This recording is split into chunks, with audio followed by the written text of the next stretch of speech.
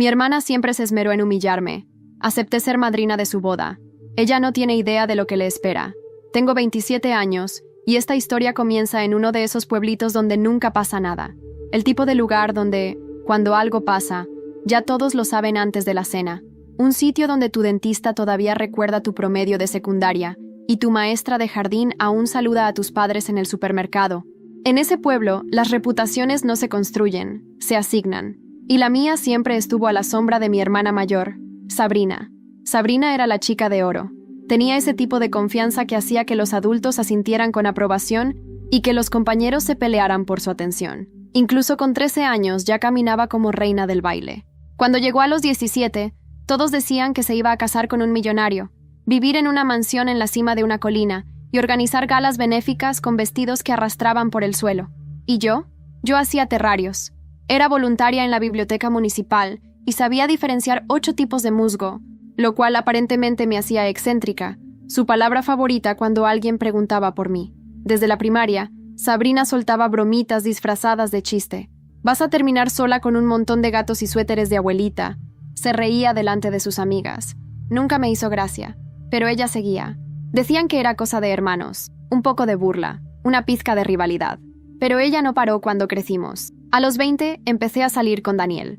Era callado e inteligente, con un humor seco y una manía de arreglar todo lo roto con esa paciencia que solo tienen los ingenieros. Nos entendíamos. Sabía qué decir cuando yo me quedaba en silencio. Incluso me regaló una prensa antigua de libros para mi cumpleaños, solo porque un día le dije que me parecía genial. La primera vez que Sabrina lo conoció, lo miró de arriba abajo y soltó: «¿Ese es tu profesor o tu novio?». Nunca dejó de molestar. Hacía comentarios pasivos sobre su estilo, su trabajo, hasta sobre su gusto por los zapatos. Una vez, en una cena familiar, se inclinó sobre la mesa para preguntarle si había pensado en usar lentes de contacto, para dejar de parecer un bibliotecario jubilado. No sé por qué tolerábamos eso, pero lo hicimos. Por un tiempo. Cuando Daniel y yo terminamos, solo por la distancia, después de que él aceptara un trabajo al otro lado del país, ella organizó una noche de vinos con sus amigas para celebrar mi vuelta a la soltería. Incluso subió una foto del brindis a Instagram con la leyenda: «La libertad le sienta bien a algunas personas». Sabrina nunca estaba soltera más de unas semanas. Cada nuevo novio era un espectáculo. Anuncios elaborados en redes sociales, presentaciones familiares con discursos y hasta comunicados de ruptura que parecían discursos de premiación. Todo se sentía tan falso, pero a ella le encantaba la atención. Hace 2 años conoció a Nathan. Él no era ruidoso, ni exagerado. Hablaba con una calma que te hacía querer escuchar cada palabra hasta el final. En nuestra primera cena familiar con él, Sabrina casi no lo dejó hablar. Pasó toda la noche hablando de su salario, de cuántos quilates tenía el anillo de compromiso y de cómo por fin había ganado. Lo repitió 2 veces, en voz alta, para que todos escucharan. Pero mientras ella daba su show, noté algo raro. Nathan me miraba, no de una forma coqueta, sino como si intentara recordar de dónde me conocía. Sonrió un par de veces, educadamente, pero se notaba que su atención se le escapaba. Pensé que era solo porque estaba abrumado. Ella era asfixiante. 3 semanas después, organizó un brunch sorpresa para la familia. Todos pensaron que era un domingo cualquiera, pero resultó ser el anuncio oficial del compromiso. Por supuesto que lo era. Repartió las invitaciones como si estuviera presentando un show de televisión, con pausas dramáticas y todo. Cuando llegó mi turno, no me la entregó directamente. Simplemente puso el sobre boca abajo en mi plato, con un post-it pegado. «No vayas de verde. Te apaga». Todos se rieron. Eso ni siquiera fue lo peor que me ha hecho. Pero por alguna razón, ese fue el momento en que todo encajó. No era solo que me provocaba. No era solo que le gustaba ser el centro de atención. Lo necesitaba. Y cualquiera que no orbitara a su alrededor era una amenaza. No abrí la invitación ese día. Me despedí antes del postre. Fui a casa y me senté en el porche hasta que se puso el sol. Y decidí que esta vez no iba a dejar que ganara. No yendo con un vestido aprobado por ella, ni fingiendo alegría en otra celebración donde yo era invisible. Si quería una boda perfecta, iba a tener que sudársela. Y si estaba tan segura de que yo iba a terminar sola, le iba a mostrar exactamente lo que eso no significaba.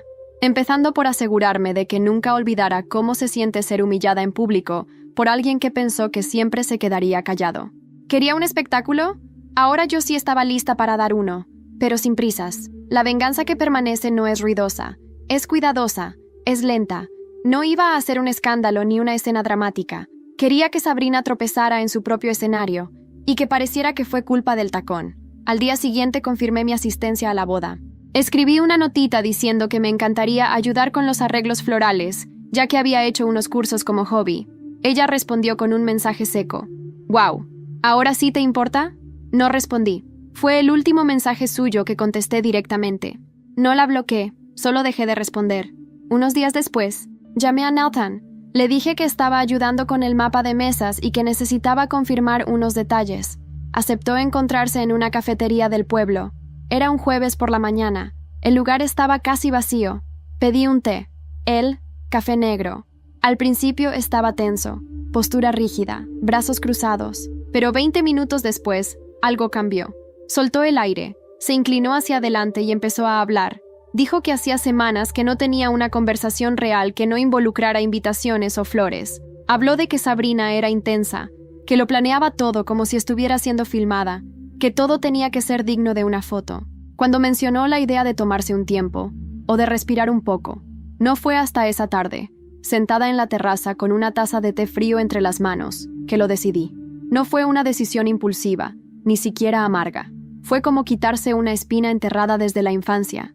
La había sentido clavarse un poco más hondo cada vez que Sabrina sonreía para las cámaras, mientras me dejaba fuera del encuadre. Ahora, por fin, iba a sacarla. Confirmé mi asistencia a la boda con una tarjeta manuscrita en papel reciclado, decorada con pequeñas flores secas que recogí del jardín de mamá. Añadí un post-it simple. Estoy deseando ayudar con los arreglos florales. He hecho algunos cursos últimamente. Sería un honor contribuir. Ella respondió con un mensaje seco. ¿Ahora te importa? No contesté. No bloqueé. Solo dejé de responder. Unos días después, le mandé un mensaje a Nathan. Le dije que necesitaba confirmar algunos detalles para la distribución de mesas, que era parte de mi tarea como madrina. Me citó en una cafetería discreta en el centro de Zaragoza, un jueves por la mañana. El lugar estaba medio vacío, y él ya estaba sentado cuando llegué. «Hola», me dijo, levantándose educadamente. «Gracias por venir. Gracias a ti por hacer tiempo. Sé que debéis de estar a tope con los preparativos». Él sonrió apenas, y pidió un café solo. Yo, un té con menta. Durante los primeros minutos fue todo protocolo. Nombres, mesas. Los tíos de Huesca preferirían estar cerca del buffet. Nada que no pudiera enviarse por correo electrónico. Pero yo no había ido por eso. «Nathan», le dije cuando ya había terminado la mitad del café. «¿Estás bien?» Alzó la mirada, sorprendido. Tardó en responder. «Sí, solo estoy cansado. Sabrina quiere que todo sea perfecto, ya sabes». «Claro», asentí. «Siempre ha sido así». Hubo un silencio, largo, cargado. Él soltó el aire y apoyó los codos sobre la mesa. «No he tenido una conversación normal en semanas», dijo. «Todo gira en torno a flores, manteles, fotos, listas de invitados. A veces me pregunto si esto es realmente lo que quiero o lo que ella necesita». Sus palabras me golpearon más de lo que esperaba, porque vi en sus ojos lo que yo había sentido toda mi vida. Esa sensación de estar decorando una vitrina para alguien más, sin importar lo que tú necesitas. «Lo siento», murmuré. «No lo digas. No es tu culpa. Tú eres distinta». La forma en que lo dijo, tan simple, me removió algo profundo. No era una declaración, era una constatación, y en ese momento supe que mi plan no iba a ser cruel. No iba a ser una venganza furiosa. Iba a ser elegante. Imposible de ignorar. Inolvidable. Antes de irme, le entregué una pequeña lista con sugerencias de arreglos florales. Lavanda, dalias, eucalipto. Elementos que sabían a casa, a calma, no a espectáculo. Él la miró como si por primera vez alguien le hablara en su idioma. Cuando me levanté para marcharme, se quedó allí, mirándome. «Gracias por esto, por ser real», asentí y salí al sol de la calle. Pero justo cuando doblé la esquina, sentí una vibración en el móvil. Era un mensaje de mi prima Clara. No hablábamos desde hacía años. Solo decía: «Tienes que ver esto. Acabo de encontrar una carta de la abuela escondida en una caja de fotos. Es sobre Sabrina, y no vas a creer lo que dice». Me costó varios minutos decidir si debía abrir el mensaje de Clara. Lo leí y lo volví a leer, como si las palabras pudieran cambiar. «Una carta de la abuela», decía, y algo sobre Sabrina. Mi corazón dio un salto extraño. No había oído el nombre de la abuela Lourdes desde su entierro. Hacía ya más de 10 años. Sabrina lloró con teatralidad ese día. Yo solo me quedé callada, como siempre, sintiéndome fuera de lugar hasta en el luto. Le respondí de inmediato. «¿Qué pone la carta? ¿Puedes mandarme una foto? No tardó en llegar. Era una imagen algo borrosa, de un papel amarillento, manuscrito con la caligrafía antigua de la abuela. Clara me advirtió que la había encontrado en una caja de madera escondida en el fondo del armario del desván, entre álbumes y recortes del periódico local. No sabía por qué la abuela la había guardado, solo sabía que no estaba destinada a cualquiera. La leí 3 veces antes de poder respirar. Mi querida Lourdes, sí, la abuela escribía en tercera persona cuando se hablaba a sí misma. Si un día esta carta llega a manos equivocadas, que el Señor me perdone. Pero no puedo marcharme sin dejar constancia. Sabrina, no es hija de tu hijo, ni de tu nuera, ni... Fue entregada a ellos como un favor, una deuda entre familias que debía mantenerse en silencio. Nadie debía saber, solo tú y yo lo sabíamos. Y ahora, solo tú quedas. Espero que, cuando leas esto, no necesites decírselo a nadie. Pero si lo haces, hazlo con cuidado. A veces, la verdad rompe más de lo que sana. Mi visión se nubló. Sabrina, adoptada, entregada como parte de una deuda entre familias. ¿Qué clase de historia era esa? ¿Cómo era posible que nadie supiera? ¿Por qué mis padres nunca dijeron nada? ¿Y por qué la abuela guardó esa carta como si fuera dinamita? Llamé a Clara. Me respondió con un ¿lo viste ya? Que no sabía si sonaba a conspiración o preocupación. ¿Tú crees que es verdad? Pregunté en cuanto escuché su voz. Lo escribí a la abuela. No era del tipo de inventarse cosas, ¿no? No, admití. Pero, ¿por qué Sabrina? Quizás por eso siempre se sintió como la reina, como si necesitara demostrar que merecía estar donde estaba. Esa frase se me quedó clavada. Como si necesitara demostrar que merecía estar donde estaba. ¿Era esa la raíz de todo? De pronto, todos los recuerdos parecían cobrar otro significado. Las miradas de mis padres, la forma en que mamá la defendía incluso cuando se pasaba de la raya, el modo en que papá bajaba la voz cuando hablaba de su infancia. Había algo más, y yo necesitaba encontrarlo. Esa noche no dormí.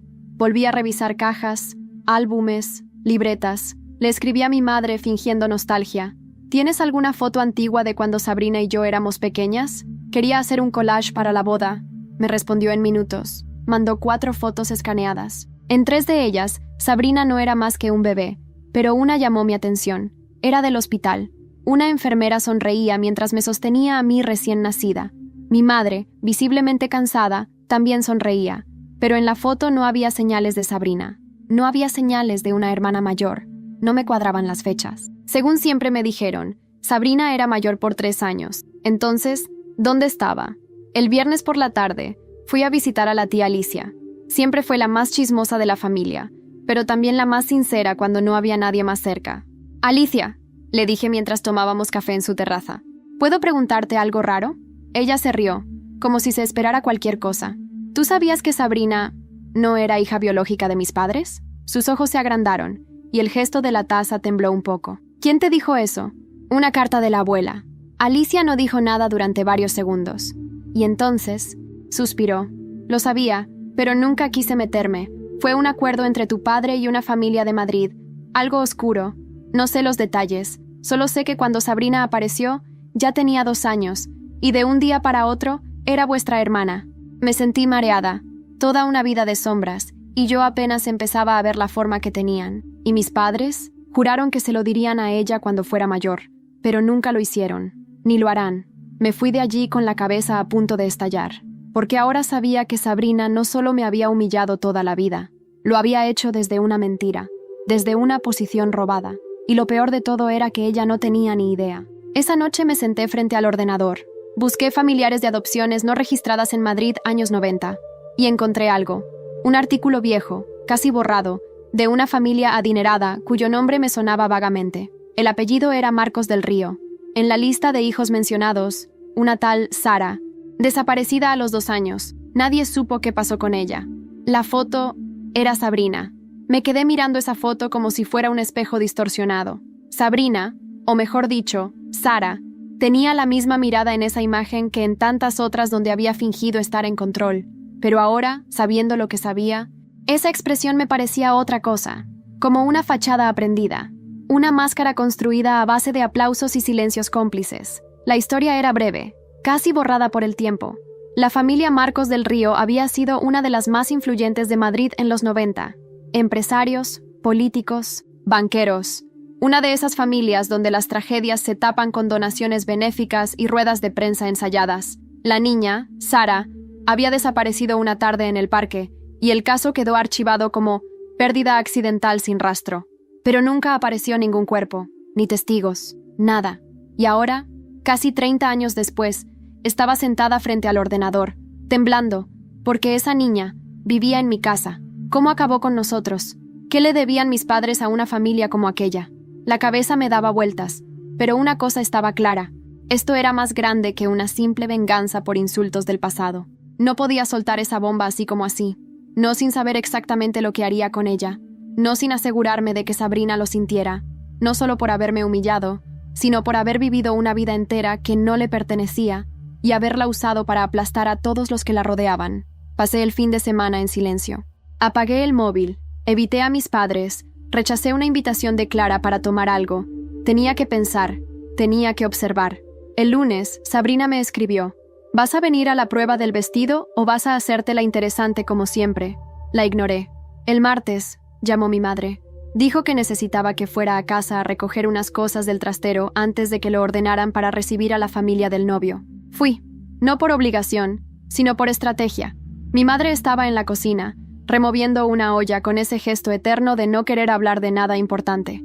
¿Todo bien?, preguntó, sin mirarme. Sí, aunque encontré algo curioso, respondí, con el tono más neutro que pude. Una carta de la abuela Lourdes. Ella se detuvo. El cucharón dejó de moverse. ¿Qué carta? Una sobre Sabrina. Sus ojos se endurecieron. Tardó varios segundos en volver a moverse. No debiste leer eso. Entonces es cierto. Mi padre apareció por la puerta en ese momento. Se detuvo, como si hubiera escuchado las palabras desde el pasillo. ¿De qué habláis? De la verdad, dije. De cómo Sabrina no es hija vuestra. De cómo lo habéis ocultado toda la vida. Hubo silencio. Mi madre se dejó caer en la silla. Mi padre bajó la mirada. No lo negaron. No pudieron. Fue un favor, dijo él al fin. Nos la confiaron en un momento difícil. Una deuda. Una promesa. ¿Y nunca pensasteis que ella tenía derecho a saberlo? Ella no lo soportaría. Todo su mundo está construido sobre eso. Y ahí lo entendí todo. ¿Por qué Sabrina era como era? ¿Por qué necesitaba constantemente la aprobación, el aplauso, la validación? Su identidad entera era un castillo de naipes. Ella no solo despreciaba a quienes no la adoraban, los temía, porque sabía, en el fondo, que si alguien la miraba demasiado de cerca, todo caería. Esa noche me senté a escribir. Un discurso, pero no uno para dar en la boda.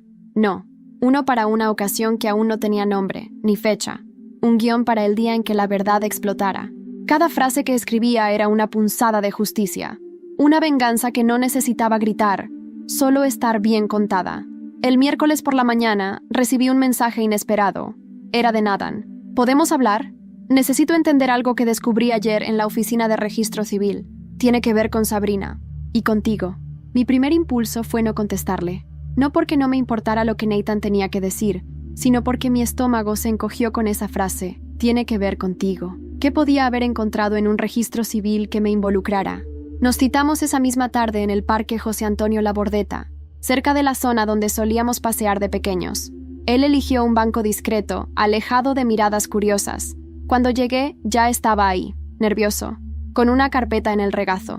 «Gracias por venir», me dijo, levantándose como siempre hacía, aunque yo no esperara formalidades. «¿Qué pasa, Nathan?» Abrió la carpeta sin más.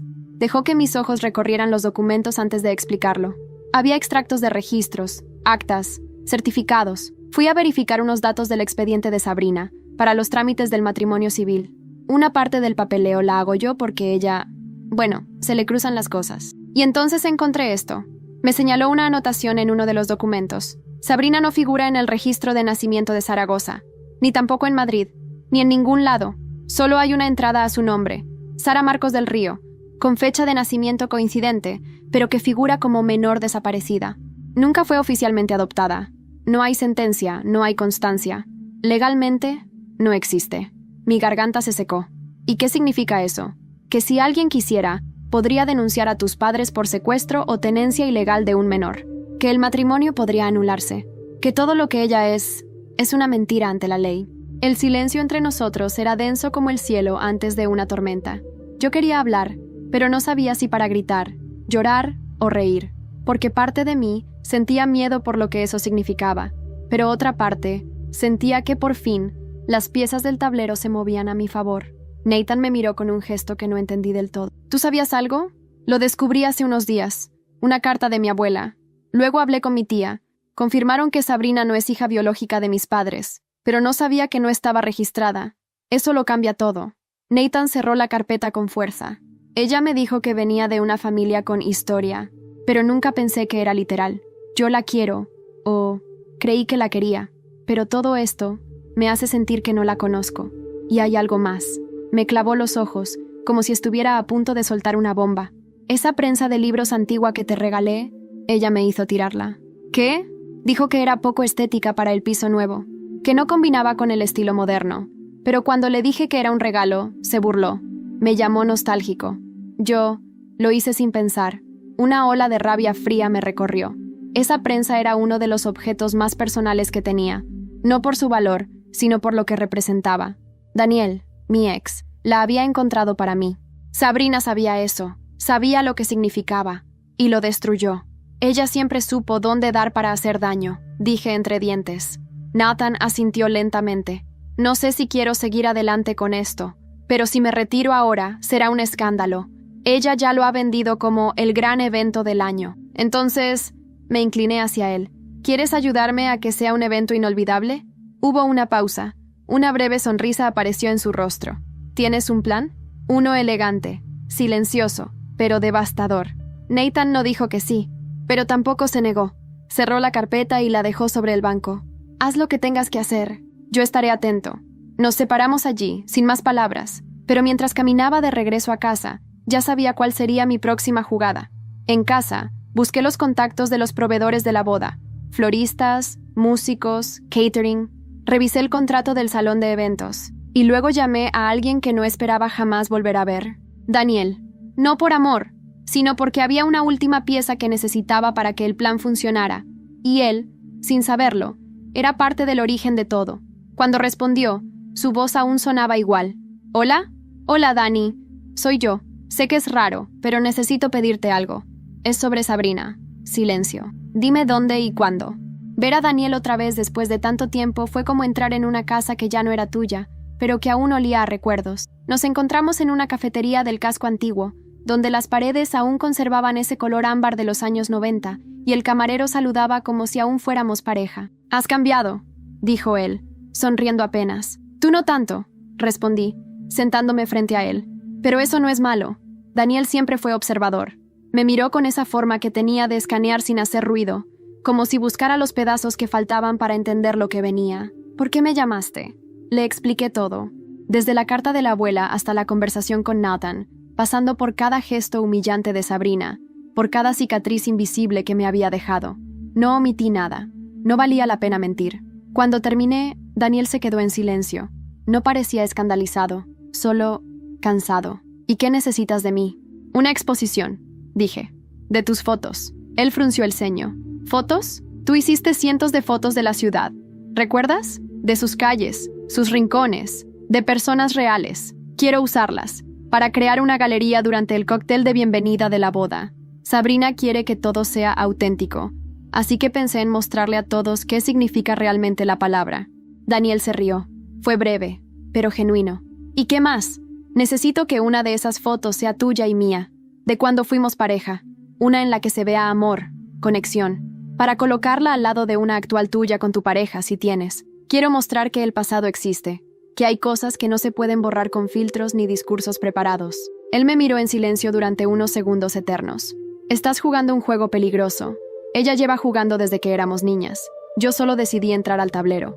Aceptó, no con palabras, sino con una leve inclinación de cabeza, y el compromiso silencioso que siempre tuvo. Durante las semanas siguientes, los preparativos se intensificaron. Yo, como buena madrina, estuve en cada reunión. Opiné sobre la decoración, sugerí músicas con letras llenas de dobles sentidos, elegí flores con significados ocultos, peonías, vergüenza, narcisos, egocentrismo, ciclamen, desconfianza, todo cuidadosamente disfrazado de buen gusto. Sabrina, por su parte, parecía cada vez más desquiciada. «¿Quién dijo que podíamos poner lavanda? ¿No sabes que me da alergia visual?» «No hay tal cosa como alergia visual, Sabrina», respondí, con una sonrisa. «¿Te estás burlando?» «Jamás. Solo quiero que tu boda sea inolvidable. Y lo sería. Los proveedores comenzaron a notar el comportamiento errático de ella. Cambios de última hora, gritos, lágrimas por detalles absurdos. El florista me escribió una noche: ¿estás segura de que ella quiere casarse? Da la sensación de que va a explotar.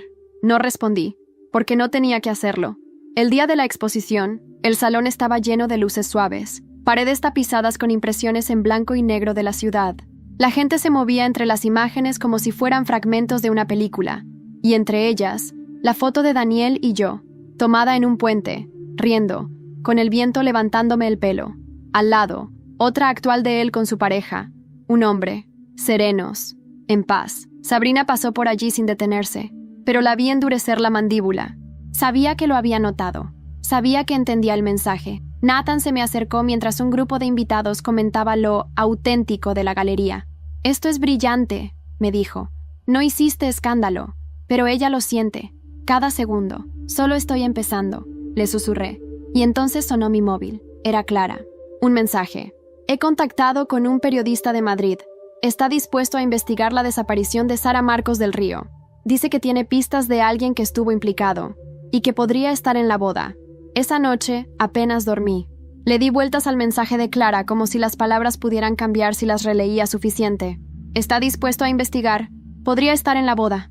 Las piezas estaban empezando a moverse solas, más allá de mi control, y eso, por un instante, me dio miedo, pero también me hizo sonreír. Clara me llamó al día siguiente. Me dijo que el periodista, Julián Ochoa, del antiguo El Diario madrileño, había trabajado en casos de desapariciones no resueltas y que llevaba años obsesionado con el caso de Sara Marcos del Río, que tenía recortes, entrevistas a vecinos de la familia, informes policiales que nunca se hicieron públicos, y que uno de los nombres que se repetía con frecuencia en los márgenes era el de mi padre. ¿Mi padre?, pregunté, como si me hubieran vaciado un cubo de agua helada en el pecho. «Sí», dijo Clara, con voz baja. Al parecer, tuvo una relación de negocios con Esteban Marcos del Río, algo relacionado con construcción de viviendas públicas en la provincia de Huesca. Y justo en ese periodo es cuando la niña desapareció. Me senté al borde de la cama, sintiendo cómo el suelo se alejaba. ¿Crees que él fue parte de todo esto? No lo sé, pero Julián quiere venir a la boda. Dice que, si va como invitado de alguien, podrá observar, tomar fotos, escuchar, que está seguro de que alguien más sabe la verdad, que este caso nunca fue un secuestro, que fue un intercambio. La palabra me dio náuseas. «Dile que venga», dije después de un largo silencio. «Que venga, yo lo cubriré». Colgué con el corazón latiendo como si acabara de correr kilómetros. Por primera vez, me sentí en la frontera de algo irreparable. Lo que había comenzado como un ajuste de cuentas emocional se estaba convirtiendo en una grieta capaz de romper no solo a Sabrina, sino a toda mi familia. Y eso me pesaba, pero no me detenía. Días después, me encontré con Sabrina en el salón de pruebas. Me llamó para escoger los velos, pero en realidad era otra oportunidad para que se luciera delante de las vendedoras. Entró con su aire de superioridad habitual, saludando como una celebridad que llega tarde. «Espero que al menos tengas buen gusto esta vez», me dijo, aludiendo a la última vez que la aconsejé. «Mejor que tu gusto por la verdad, seguro», le respondí en voz baja. Ella se giró, clavándome la mirada. «¿Perdón?» «Nada», sonreí. «El encaje francés te queda auténtico». Sus ojos buscaron algún rastro de burla, pero no encontró nada directo. Eso la desesperaba. Ella necesitaba confrontación para sentirse en control. Yo se la estaba negando. El día del ensayo general de la ceremonia fue otro desfile de perfección forzada. Mi padre parecía ausente, como si algo le pesara. Mi madre tenía los ojos hinchados. Nathan cada vez hablaba menos. Y Sabrina, como siempre, era la estrella que nadie quería eclipsar. Hasta que Julián apareció, vestido con traje sencillo, gafas oscuras y una sonrisa tranquila. Se presentó como amigo de Clara, y nadie sospechó nada. Pero yo lo vi mirar, escuchar, tomar nota mental de cada gesto, cada cruce de miradas, cada frase que no se decía. Durante el cóctel, se me acercó. «Tu padre me reconoció. No dijo nada, pero lo noté. Tiene miedo, y eso es bueno. ¿Crees que Sabrina sepa? No, pero sospecha que algo pasa. Su forma de mirar no es la de una mujer feliz. Es la de alguien que siente que todo se le escapa». Asentí. «¿Y eso que aún no hemos llegado al gran día?» Julián me entregó un sobre. «Aquí hay copias de lo que tengo hasta ahora. Haz con esto lo que quieras. Pero te aviso, si decides sacarlo todo, tu mundo no será el mismo». Lo guardé en mi bolso sin abrirlo. Esa noche, mientras Sabrina publicaba en Instagram una foto del ensayo con la frase «El amor siempre gana», yo estaba sentada en el suelo del salón de mi casa, rodeada de papeles, fotos, documentos, y ahí, entre todo, una frase escrita a mano me paralizó. El trato fue claro, nadie debía saber. A cambio, él mantendría el silencio sobre lo del derrumbe. Mi padre había negociado una niña para encubrir un crimen. El día anterior a la boda amaneció gris, con nubes bajas sobre Zaragoza, como si el cielo también supiera que algo estaba por estallar. Me desperté temprano, incapaz de dormir más, y salí a caminar. Quería ordenar mis pensamientos antes de dar el siguiente paso, pero la verdad es que ya no había vuelta atrás. La carpeta de Julián seguía abierta sobre mi escritorio. No la había tocado desde esa noche, pero sus palabras me daban vueltas en la cabeza. El trato fue claro. Nadie debía saber. A cambio, él mantendría el silencio sobre lo del derrumbe. Un derrumbe. Lo recordaba vagamente. Una noticia vieja de cuando yo era niña. Un bloque de viviendas sociales que se vino abajo en un pueblo de Huesca. Murieron 3 personas. Dijeron que fue por fallos estructurales. Mi padre trabajaba con una de las constructoras encargadas del proyecto. Había salido limpio. Nunca lo relacioné con nada. Hasta ahora. Sabrina llegó a la finca de eventos con su ejército de maquilladores, fotógrafos y asistentes. Parecía una princesa camino al sacrificio, pero la sonrisa no le llegaba a los ojos. Nathan estaba cada vez más silencioso, como si estuviera esperando una señal para hacer algo. Clara y Julián llegaron temprano, con la excusa de ayudar con los invitados. Daniel también, con sus cámaras listas para documentar la galería de fotos, autenticidad y raíces, como lo llamamos en el programa del evento. Yo, por mi parte, llevaba un vestido negro de corte simple, con un broche de lavanda en el hombro. Sutil, elegante y elegido con intención. La ceremonia comenzó puntual. Sabrina entró con la música perfecta, el velo flotando, una sonrisa digna de portada de revista. Todos aplaudieron, embelesados por el espectáculo. Pero yo no miraba a ella, miraba a mi padre. Tenía las manos entrelazadas, los nudillos blancos, no dejaba de tragar saliva. A su lado, mi madre parecía de piedra. Cuando el oficiante pidió que si alguien tenía algo que decir, que hablara ahora o callara para siempre, el silencio fue abrumador. Y yo no dije nada. No todavía. La ceremonia siguió. Intercambiaron votos, anillos, besos, todo como debía ser. Todo perfecto. Hasta el cóctel.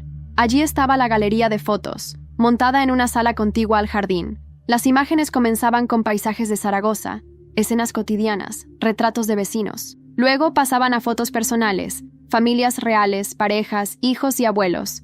Y finalmente, la foto. Daniel y yo, hace años, jóvenes, felices, despreocupados. Al lado, Daniel con su actual pareja, ambos en calma, serenos. En medio, una placa. Lo que fuimos no se borra, nos define. La gente murmuraba. Comentaban la belleza de las fotos, la audacia del mensaje. Sabrina entró con un grupo de amigas, aún con la copa en la mano, riendo. Y entonces la vio. Se detuvo. La risa se evaporó. «¿Qué mierda es esto?», susurró. Me acerqué con una copa de champán en la mano. «Autenticidad. ¿No es eso lo que querías? ¿Quién autorizó esto?», me espetó, casi sin voz. «Yo. Soy la madrina. ¿Recuerdas?». Nathan se acercó entonces, y por un segundo creí que intentaría calmarla, pero solo dijo: «Está bien. Es importante». Sabrina lo miró como si no lo reconociera. «¿Tú sabías?». «Sí».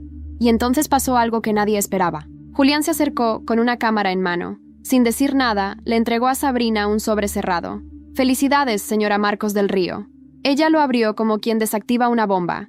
Dentro, había una copia de su acta de nacimiento real, una foto de ella de niña, y una nota: «Tu historia no empieza donde crees. Pregunta a tus padres adoptivos». Sabrina palideció, literalmente. El velo se le deslizó por el hombro. El brazo le temblaba. Buscó a mi padre con la mirada. Él no pudo sostenerla. Y entonces, ella gritó. «¿Qué has hecho?», me gritó, con los ojos desorbitados. «Solo encendí la luz», respondí. El escenario ya estaba montado.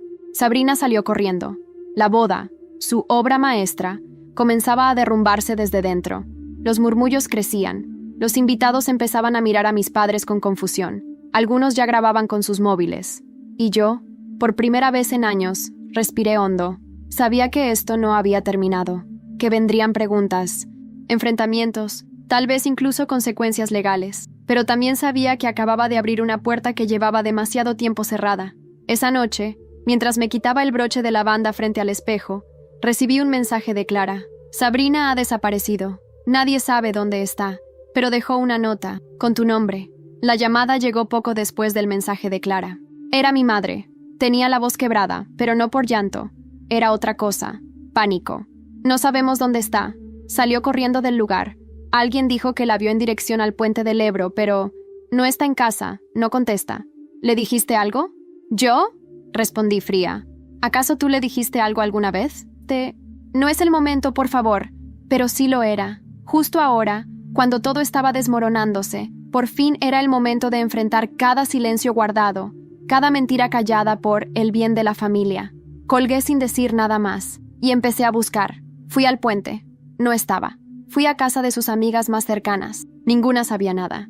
Algunas ni siquiera se mostraban preocupadas. Siempre fue dramática, decían. Volví a casa al anochecer y me encontré con algo inesperado. Nathan, esperándome en la puerta. ¿Puedo pasar? Asentí. Entró en silencio. Se sentó en el sofá como si tuviera que pedir permiso al aire. No me arrepiento de no detenerte, dijo. Pero no pensé que todo esto dolería tanto. Me senté frente a él. Tampoco yo pensé que esto se convertiría en esto. Nathan respiró hondo. Sabrina no sabe quién es, y no estoy seguro de que alguna vez lo haya sabido. Pero eso no quita que lo que siente sea real. No era amor lo que teníamos. Era dependencia, costumbre. Pero ahora me doy cuenta de que, mientras tú luchabas por no desaparecer, ella luchaba porque nadie descubriera que nunca estuvo realmente ahí. Eso es lo que más duele, respondí. Que todo lo que construyó lo hizo sobre nosotras, sobre mí. A costa de lo que me quitó. Él sacó algo del bolsillo, una nota arrugada. Me la entregó. La dejó en la habitación del hotel. Solo decía esto. La nota era breve, escrita con tinta negra, temblorosa. No sé quién soy, pero tú sabías que me lo ibas a quitar todo. No ganaste, solo me devolviste al vacío. Me dolió más de lo que admito. Por primera vez, entendí que su crueldad no había sido solo malicia. Había sido defensa, desesperación, un castillo de ego para no enfrentarse con el abismo que era su origen. ¿Crees que hará algo? Pregunté, con la garganta seca. No, pero creo que necesita desaparecer un tiempo, para no verse en el espejo que tú le pusiste delante. Asentí, y le devolví la nota. Guárdala. Quizá un día la necesite más que tú. Esa noche, en vez de dormir, volví a la carpeta de Julián. Releí todo, y tomé una decisión. Si había algo que me diferenciaba de ella, era esto. Yo sí podía enfrentar la verdad. No solo la suya, también la mía. Llamé a Julián. Le pedí que nos reuniéramos al día siguiente. Le dije que quería dar una declaración. Oficial. Quería contar todo. La carta de la abuela, los registros falsos, el trato entre mi padre y los Marcos del Río. Quería que el mundo supiera la verdad. No por venganza, sino porque ya era hora de dejar de callar. Y lo hice. Le conté todo. Grabó mi testimonio, lo documentó. Lo dejó todo listo para cuando decidiera hacerlo público. Antes de despedirse, me dijo, ¿estás segura? Sí, porque si no se cuenta esta historia, Sabrina nunca tendrá la oportunidad de rehacerse. Y yo nunca podré empezar de verdad. Ese mismo día, recibí una carta, sin remitente, escrita con tinta azul. Fuiste la única que no me tuvo miedo, la única que no me dejó sola, ni siquiera cuando quise que lo hicieras. Me has destrozado, pero creo que me has salvado también. No sé cuándo volveré, pero cuando lo haga, te debo una conversación. Firmaba solo con una inicial, S. Esa noche dormí como no lo hacía desde que era niña, pero al despertar, recibí una notificación en mi móvil. Una de las invitadas de la boda había subido un vídeo al canal local, un clip que capturaba el momento exacto en que Sabrina abría el sobre de Julián, y en los comentarios alguien había escrito, «Esa no es Sabrina, es Sara, y tengo pruebas». No fue solo un comentario, fue una avalancha. En menos de 24 horas, el vídeo de la boda se había hecho viral en círculos locales, foros de Zaragoza, páginas de cotilleo de Madrid, incluso una cuenta en Instagram dedicada a desenmascarar familias ricas, compartió el clip con un título que me dejó helada. La heredera robada. ¿Quién es realmente Sabrina Marcos del Río? Todo explotó. Julián me llamó a primera hora. ¿Lo viste? Sí. ¿Quién es esa persona que dice tener pruebas? Un ex trabajador de la familia Marcos del Río. Me contactó hace años, pero tenía miedo. Ahora dice estar listo para hablar. Quiere darte algo. Algo que la familia guardó en secreto durante décadas. No sabía qué esperar.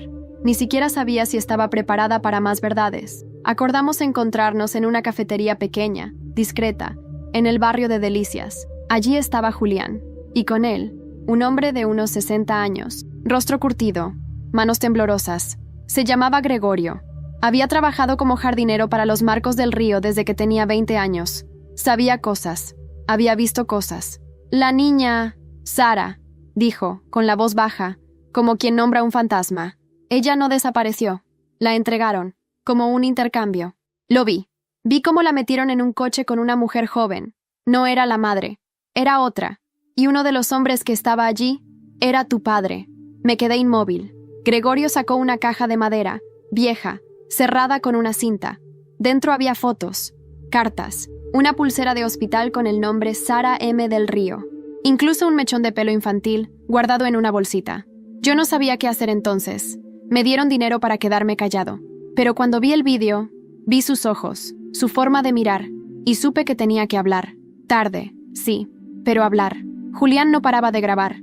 Yo no podía ni moverme. Sentía que todo mi cuerpo estaba intentando procesar décadas de mentiras en una sola bocanada de aire. Gregorio me miró con compasión. Tú eres fuerte, más de lo que crees. Y eso te lo dio tu verdad. Ella aún está perdida, pero puede volver si sabe dónde mirar. Cuando salí de la cafetería, tenía la caja apretada contra el pecho como si fuera un tesoro o una bomba. Llamé a mi madre. Tenemos que hablar. La encontré en la cocina, como siempre. Mi padre no estaba. Se había ido a dar un paseo, según dijo ella. Pero yo sabía que no quería enfrentarme. Le mostré las fotos, las cartas, la pulsera. No lloró, pero supe que por dentro se derrumbaba.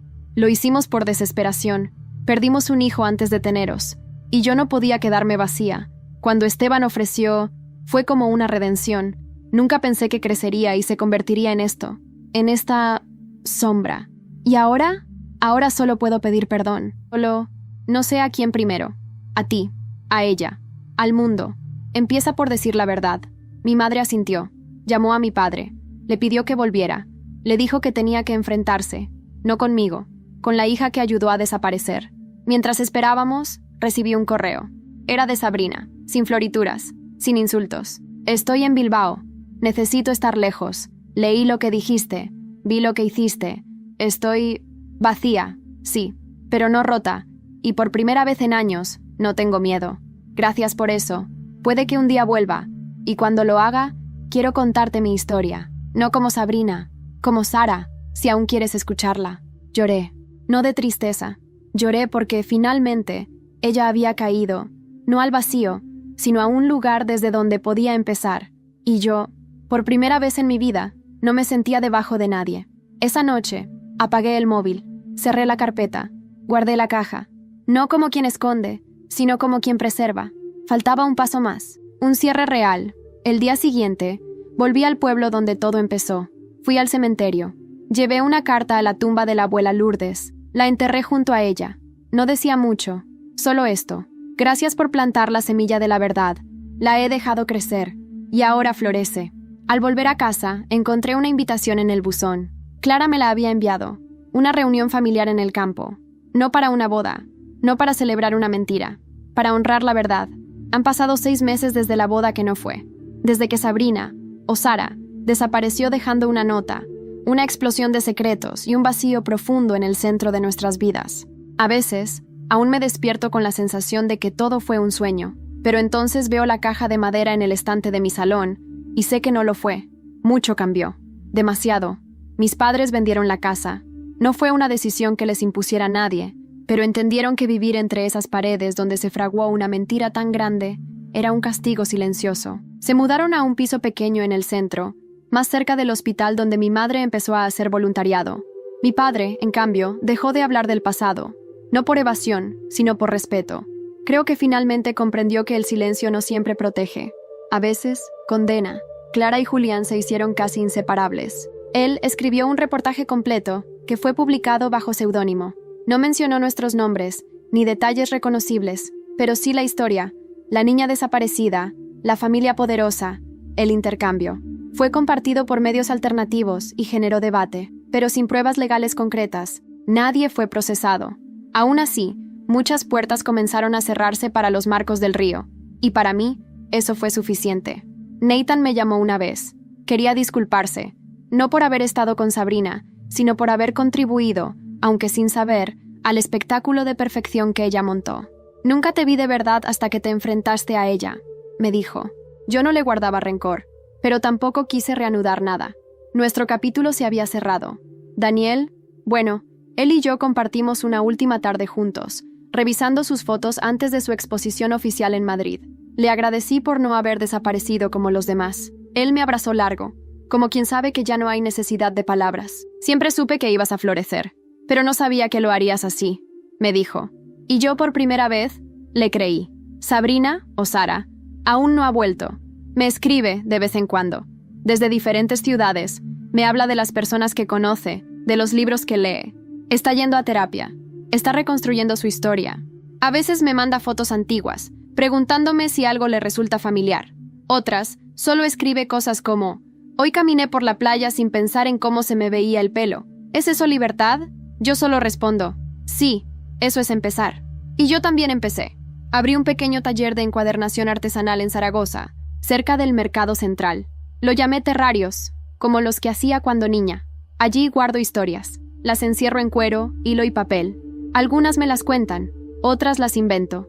Y las más importantes, ya las viví. A veces, gente que me conocía de antes entra y me dice cosas como: «Te ves distinta» o «Siempre supe que tenías algo dentro». Me sonrío, porque sé que es cierto, siempre lo tuve. Solo que necesitaba silencio, tierra y tiempo para que brotara. En la última página del cuaderno donde registré todo esto, escribí: no gané, no perdí, solo dejé de callarme. Y cuando lo hice, descubrí que mi voz no necesitaba ser más alta, solo más firme. Así terminó mi historia con Sabrina. O mejor dicho, así empezó mi historia conmigo misma. Y en cuanto a ella, el otro día recibí una postal desde San Sebastián. Una playa en la foto.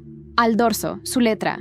Decía: aún no recuerdo mi infancia, pero al menos ya no me avergüenzo de no saber quién soy. Gracias por darme el empujón. Un día, espero caminar por Zaragoza contigo. No como enemigas, como dos mujeres que sobrevivieron a las mentiras. Con cariño, ese. La puse en el estante, al lado de la caja y del broche de lavanda.